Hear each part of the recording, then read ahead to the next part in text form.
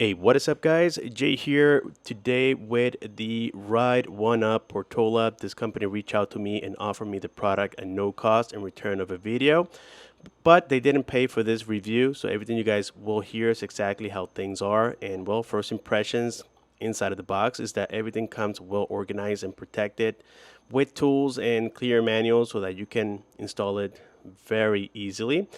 This one here has a maximum speed of 28 miles an hour. I wanted to emphasize that because I think it's quite impressive for such a tiny bike, in my opinion. This one has 20-inch by 3-inch tires as well, and it does come with a maximum range of 20 to 40 miles if you get the 10.4 amp hour battery. If you get the 13.4 amp hour battery, you get about 25 to 45 miles. Like I said before, it is completely foldable. It has 80 millimeter suspension on the front, the forks, and you get hydraulic brakes on the front and the back. You get also front and rear lights as well, and it just comes very well equipped with premium components. And again, this is something that we definitely want to see on a bike that costs this much. Also, we get the Shimano Altis for the derailleur in the back, and again, it is a very easy to fold type of e-bike. Doesn't take much. So here I'm just taking all of the little wrappers around, and it comes almost assembled, guys. All you have to really put together is just the steering bar, and that's pretty much it. So now that we have it unfolded, let's go ahead and install that steering bar. So you have to remove this 5mm Allen bolt, remove that spacer, you won't need it, so put it to the side. Now we install here the foldable stem that is holding the steering bar together. Okay, now you place it on top, and you're going to put that screw that we removed earlier right on top, and you will unfold it afterwards. Okay, just like you're seeing right here. Once you do that, you have to tighten up 2 6mm Allen screws. Make sure that your steering is straight, and if it is, just finish the rest. As you guys can see, I'm using my power tools, but you can use the ones included. Then adjust your display. This is a size number 3. Take out your keys. Make sure that everything is well put together. Now we are unfolding the pedals. Adjust your seat. And as you can tell, guys, it is just that simple. This is the 10.4 amp hour battery that I was mentioning before, and I was able to get up to almost 28 miles using it quite roughly, which is quite impressive. The tires need to be inflated to 35 psi on the back and 33 on the front. That's just more of a personal preference. So here we have the brake levers. Again, these are hydraulics. You get the little bell. We also get here the Altis derailleur by Shimano. We get the thumb throttle on the left side of this bike, and yeah, then we have this little display which gives you just the basics, and I'm going to teach you now how to unlock it. You don't have to press the plus and minus and then the power and the minus. That's the old way of doing it. Ride1up has programmed this a little bit different. So all you have to do for when you are on the main menu, which displays your speedometer, your pedal assist, your battery, all you have to do is press the power and the minus, and then you're going to have 3 different modes. So you have C1, this is only for pedal assist. The throttle doesn't work, and it goes up to 20 miles an hour. Then we have C2, now your throttle works, and it goes up to 20 miles an hour. And the same thing with pedaling, you can pedal and it goes up to 20 miles an hour. And then C3, this is the one you want. C3, if you're only using the throttle, it'll take you to 20, but if you pretend like you're just pedaling, you don't have to do it too hard. You just move the pedals in a forward motion, of course, then it takes you up to 32 miles an hour. And yes, we can't do it from like we used to by pressing the plus and minus and then the power key and the minus. Now you guys are going to see that on L5 it says 45 kilometers an hour. That's between 32 33 miles, but we can't change it from here, and that's why you had to just go with a C1, C2, or C3. By default it comes in C2. Just jump to C3 and you guys are going to thank me later. Well, we are jumping into action here with the Ride1up Portola. Excellent bike. I already put on this particular model, let's go ahead and check. I think it was about 28 miles, 27.9 miles. So I already went through a charge cycle, and I tested it at 22 miles, going pretty hard on it, and with myself in it, which is 214 pounds. Keep in mind that this bike is rated at 330 pounds maximum capacity. And yes, I already had to charge it once. I got home with about 2 bars of charge. So this one, even though they are promising between 50-60 miles, maybe a little less, but it is a darn impressive battery for a 48 volt. This one has 10 amp hours or 13. They have both of them available. I believe this one in particular is a 10 amp hour. I will have to confirm that later and leave it for you guys in the description down below. But man, is this a nice bike all around, guys. It has the 3-inch by 20-inch tires, and it does have front hydraulic suspension. You can lock it out or unlock it. If you want it stiff, you lock it. If you want it to bounce, then you would unlock it. I'm assuming that you will want to lock it for the city, but if you're doing a little bit of off-roading, then you want to unlock it, guys. And on the back, we have this time a 8-speed derailleur. We have hydraulic brakes, okay, which is definitely a plus. The braking power on this thing is absolutely amazing. It folds in half, and it has a step-through frame, as we know, and it does fold here on the steering column as well.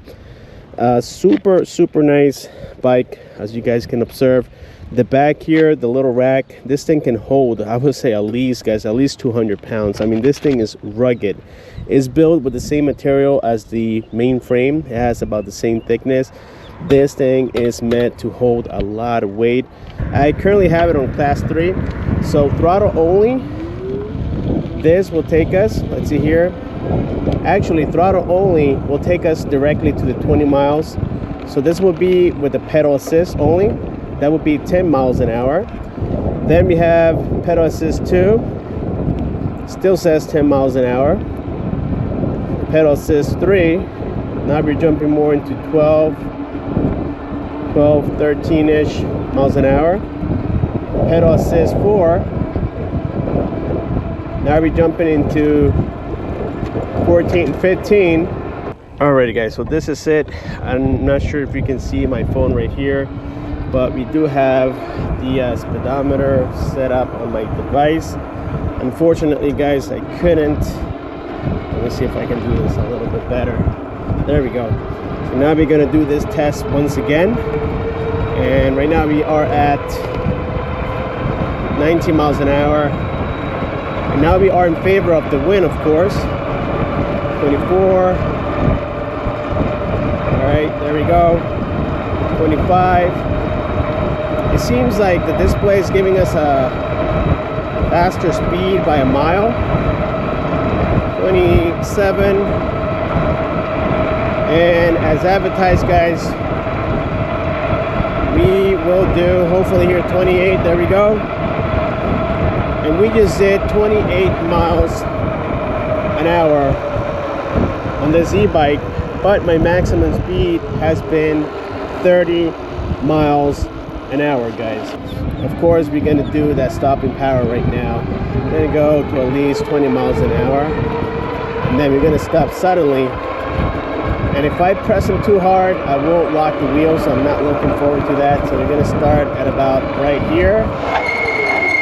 And man, are these aggressive brakes, guys. It took roughly, I would say, like maybe 14-15 feet to come to a complete stop, and I believe I was going above the 20 miles an hour. If I only had one complaint, it would be the fact that we don't have a electronic horn. This is a bell. It does the job, it saves power, but I prefer the electronic horn instead. All right, guys, so here we are about to enter the off-roading and also a little bit of hill test. Again, I know that my microphone probably sounds awful right now, but it's because the wind is really bad today. I should have read the news, or should have seen the news how the weather was going to be, but as you guys can tell, it can off-road with ease. You also have the option to just use your throttle here, and for off-roading, guys, it will do its purpose. It is a capable bike. I wouldn't use it for extreme off-roading. I mean, this is considered just normal off-roading. The grass is not that high. The terrain is kind of solid. It's not like soft soil or anything like that. All right, guys, so here we are about to do a 15% hill climb, and we're gonna do just throttle only, so that, you know, it doesn't seem like I'm helping the bike. This thing is actually increasing speed as I go. And this is not the steepest side of the hill yet. We're gonna get to that in a moment here. But man, this is impressive. For a 750 watt motor, 48 volts, this is crazy, guys. I climbed this here at about 18 miles an hour. And this is the steepest side of it. And it only decreased 2 miles per hour. Well, actually 3 miles per hour. I mean, this is absolutely insane, if you guys ask me. Just note that the only thing here with the battery is that it is rated at 10 amp hours. And so you're not going to get extreme distance. I would say this is perfect for like city using and flat land. But if you do encounter a little bit of off-roading and somewhat long distances, keep in mind that the maximum speed that I was able to get as an adult, and going quite fast all the time, hitting either the throttle, which is 20 miles an hour, sometimes doing the pedal assist, which is up to 28, 30 miles an hour. Well, I was able to get 22 miles in total range, guys. That means 11 going up and 11 miles coming back, which is quite typical on bikes of this size. All right, guys, I'm going to do something a little bit different. This is meant for mountain bikes. This is not a mountain bike for sure, but I'm going to just see how well the brakes work here. You can call this a stress test if you want. And this will tell us, let's actually cut a little bit of travel by going this way. Now this right here, there's a lot of soft sand. But besides the little squeal on the brakes, they are doing the job quite well, guys. This is crazy good. I wish that these companies could start including the suspension seat posts, which I've seen before.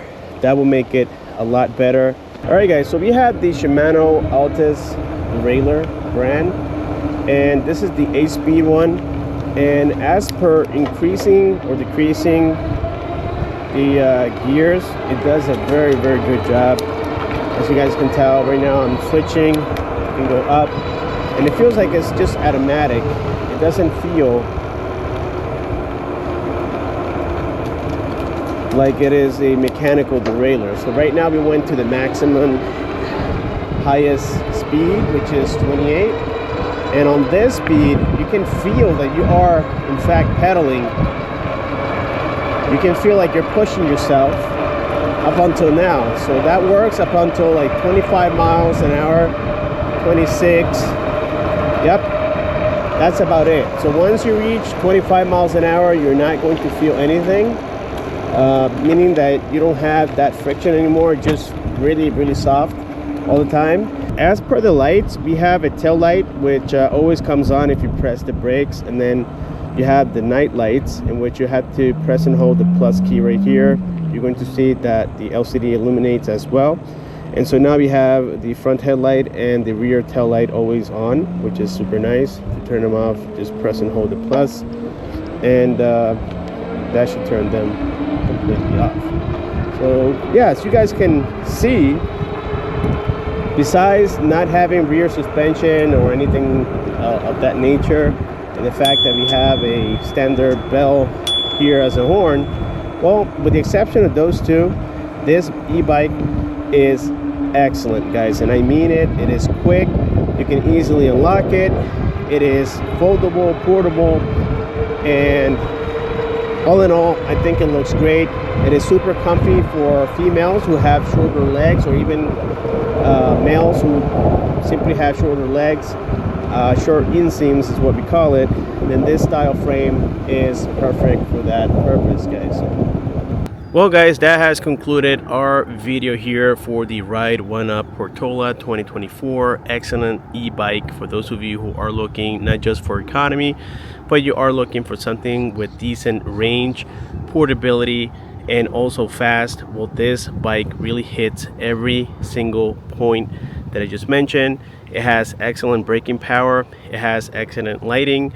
The only complaints that I have is that it doesn't have electronic braking and no rear suspension, but I guess this is meant more for city riding, even though it is capable to do a little bit of off-road, as we already witnessed. With this being said, thank you so much for watching. Please subscribe for more, comment and share, and also don't forget to click on the bell icon so that you don't miss future videos like this.